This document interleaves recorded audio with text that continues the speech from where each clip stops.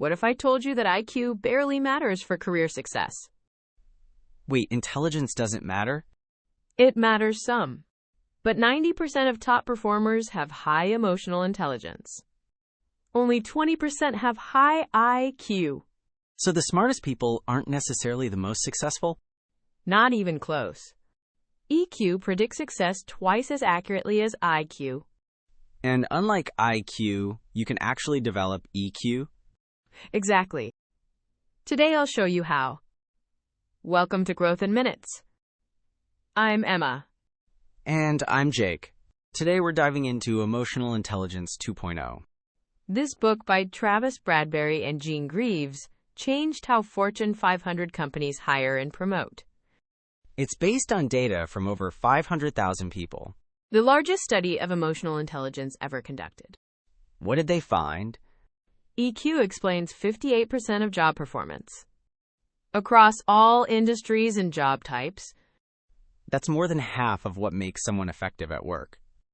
And here's the kicker.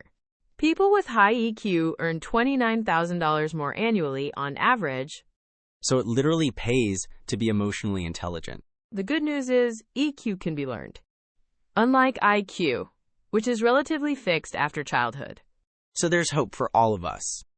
Let's break down the 4 skills that make up emotional intelligence.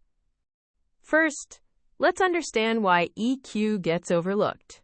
We spend years developing technical skills, but almost no time on emotional skills. School tests IQ.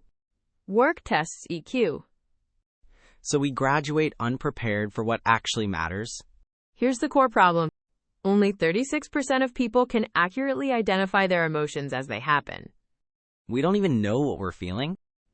Most people can't name it precisely. They say they feel bad instead of disappointed or frustrated or anxious. And that vagueness makes it harder to manage.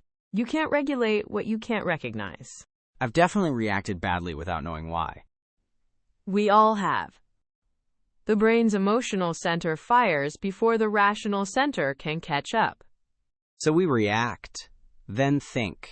It's called an amygdala hijack. The primitive brain takes over before the thinking brain can intervene. Fight or flight kicks in even in a meeting. Your body doesn't distinguish between a tiger and a critical email. That's actually kind of funny. And problematic. EQ skills reverse that pattern. They create a gap between trigger and response. So you can choose how to act, instead of just reacting. Let me explain the 4 skills framework. Skill 1. Self-awareness. What does that actually mean? Recognizing your emotions as they happen. Understanding your triggers.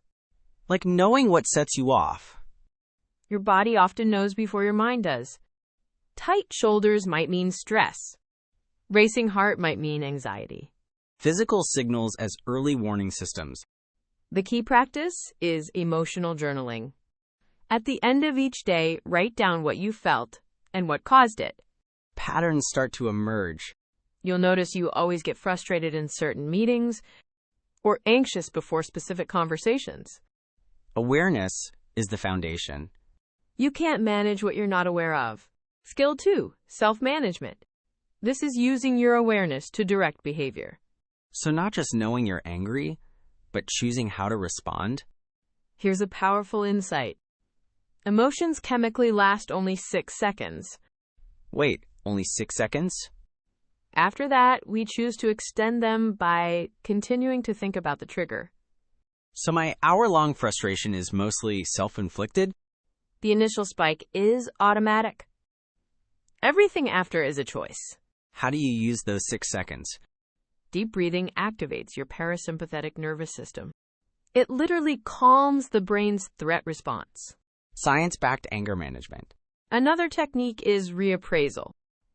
Changing how you interpret a situation changes your emotional response. He cut me off in traffic versus maybe he's rushing to the hospital. Same event, completely different emotion. The story we tell ourselves shapes how we feel. And we always have a choice about that story. Skill 3. Social awareness. Reading other people's emotions? Body language accounts for 55% of communication. Words only 7%. Most of what we communicate isn't spoken. Socially aware people notice the room's energy. They pick up on tension, excitement, or disengagement. How do you develop this? Practice observing without immediately participating. Watch interactions before jumping in. Notice what's happening before trying to influence it. There's also the empathy triad. Cognitive empathy is understanding their perspective. Emotional empathy is feeling what they feel. Compassionate empathy is being moved to help. Different types for different situations. A doctor delivering bad news needs cognitive empathy first, then compassionate empathy to provide support. Too much emotional empathy would overwhelm them. Leaders need to balance all three. Skill 4, relationship management. This is leveraging awareness of yourself and others to manage interactions. The culmination of the other 3 skills? You can't manage relationships without self-awareness. And you can't influence others if you can't read them. What does this look like in practice? Difficult conversations become navigable. You address issues while maintaining the relationship. Instead of avoiding conflict or blowing up, High EQ leaders create psychologically safe environments. People feel heard and valued. which means they perform better. Teams with high collective EQ outperform by significant margins. It's contagious in a way. Emotional states spread through groups. One emotionally intelligent person can lift an entire team. And one low EQ person can bring everyone down. That's why companies now prioritize EQ in hiring. Technical skills can be taught. But a toxic personality damages the whole culture. Let's get practical. How do you actually build EQ? Start with expanding your emotional vocabulary. Don't just say you feel bad. Get specific. Am I frustrated, disappointed, anxious, or hurt? These require different responses. Naming it precisely gives you power over it.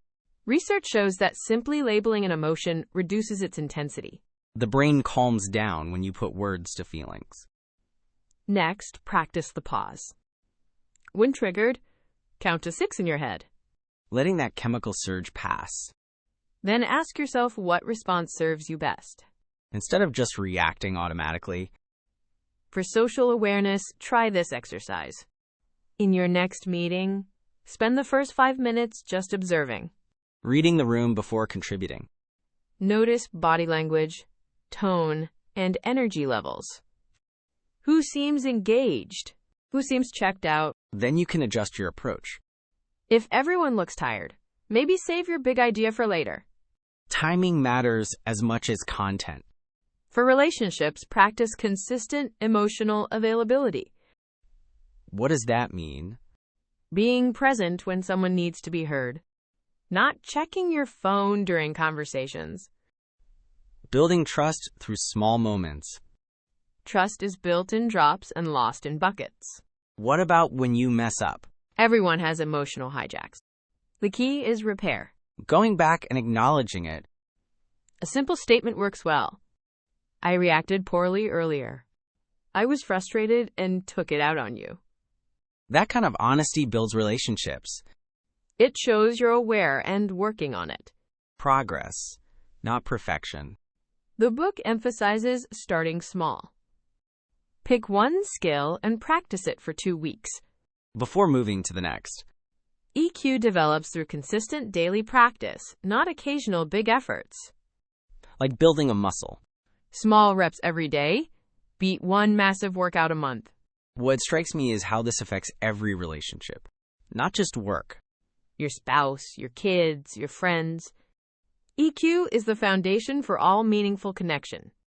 And it explains why some brilliant people struggle. IQ without EQ creates friction. Being right doesn't matter if you alienate everyone. Technical excellence gets you hired. EQ gets you promoted. Or keeps you stuck, wondering why others advance. I've seen that happen. Smart people who can't figure out why they're passed over. Often they're the last to know why. The self-awareness piece is humbling. We're often blind to our own patterns. Most people overestimate their EQ. We think we read people well, but there's often a gap between how we see ourselves and how others see us. Feedback becomes really valuable then. If you're brave enough to ask for it. And really listen. That's EQ in action. Staying open when you hear something uncomfortable about yourself. The 6-second rule changed my perspective. Knowing that the emotional intensity fades that fast. We extend our own suffering by replaying events. The story we tell ourselves matters more than what actually happened. And we have control over that story. That's empowering. EQ puts you back in the driver's seat. Instead of being a passenger to your own reactions. You become the author of your emotional life. Let's recap the 4 EQ skills from Emotional Intelligence 2.0. Self-awareness. Know what you feel and why. Self-management. Choose your response within those 6 seconds. Social awareness. Read the room and understand others. Relationship management. Use all 3 to navigate interactions. Pick one skill to focus on this week. Maybe keep a journal or practice the pause. Comment below which EQ skill you most need to develop. Subscribe for more insights on personal development and success. I'm Emma. And I'm Jake. Remember, EQ isn't fixed. Every interaction is a chance to practice. Start today.